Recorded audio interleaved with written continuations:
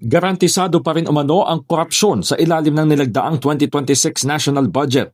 Ito ang iginiit na Makabayan Bloc sa Kamara kahit na ivinito na ni Pangulong Bongbong Marcos ang 92.5 billion pesos na halaga ng unprogrammed appropriations sa pambansang budget.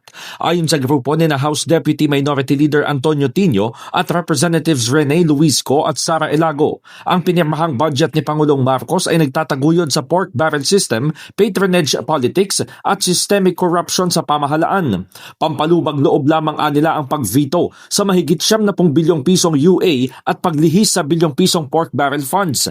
Paliwanag nito, dahil hindi na veto ang allocable sa DPWH, ipagpapatuloy na ang sistema ng korupsyon sa gobyerno, sangkot ang mga mambabatas, DPWH officials at private contractors sa pamamagitan ng kickback, overpricing at ghost projects. Punto pa na Makabayan, ang tunay na lumulutang na prioridad ng Pangulo ay ang paghawak sa leeg ng Kongreso sa tulong ng bilyong pisong infrastructure funds sa halip na tunay na reforma. Sinasabing ang allocable system ay ang paraan ng mga kongresista na tukuyin ang infrastructure project sa kanilang distrito na siya namang ipinatutupad ng DPWH gamit umano ang lumolobong halaga at questionableng kalidad. Para sa opposition lawmakers, itong kahulugan ng pork barrel na rebranded at ginagawang lehitimo sa pamamagitan ng national budget.